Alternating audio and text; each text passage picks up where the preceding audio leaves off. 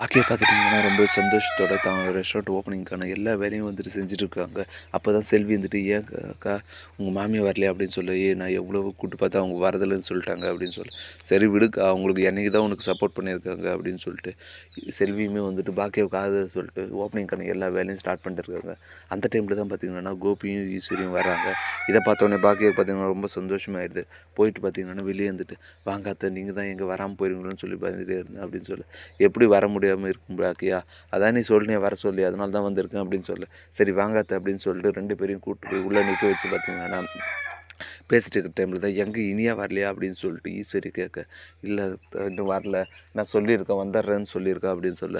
"சரி நீ வேலையை ஆரம்பியா வந்துருவா" அப்படின்னு சொல்ல. சரின்னு சொல்லிட்டு பார்த்தீங்கன்னா, பாக்கியமே வந்துட்டு கற்பூர ஆரத்தி எல்லாம் காட்டி ஓப்பனிங்க்கு எல்லா வேலையும் செஞ்சு முடிக்கிறாங்க. உடனே ஸ்க்ரீன் ஓப்பன் பண்ண உடனே பார்த்தீங்கன்னா, பாக்கியா ரெஸ்டாரண்ட்டுன்னு இருக்குது. இதை பார்த்தோன்னே ஈஸ்வரி பார்த்தீங்கன்னா செம கோவம் வந்துடுது. "என்னடா இவ இத்தனை நாள் என் பேரில் ஓப்பன் பண்ணியிருந்தா, இப்போ அவள் பேரில் ஓப்பன் பண்ணியிருக்கா பார்த்தியா? அதான் திமிருன்றது. இத்தனை நாளாக வந்துட்டு என் பேச்சை கேட்டுன்னு இருந்தா, இனிமேல் வந்துட்டு என் பேச்சுக்கு மதிக்கவே மாட்டா.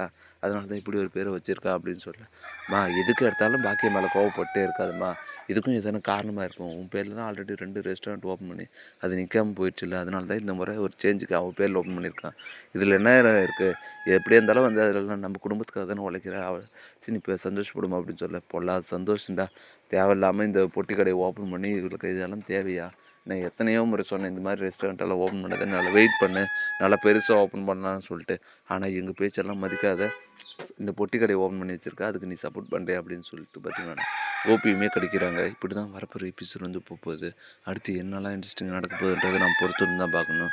மேலும் இது போன்ற வீடியோக்களை தொடர்ந்து பார்க்க மறக்காம நம்ம சேனலை சப்ஸ்கிரைப் பண்ணிட்டுருங்க. தேங்க்யூ.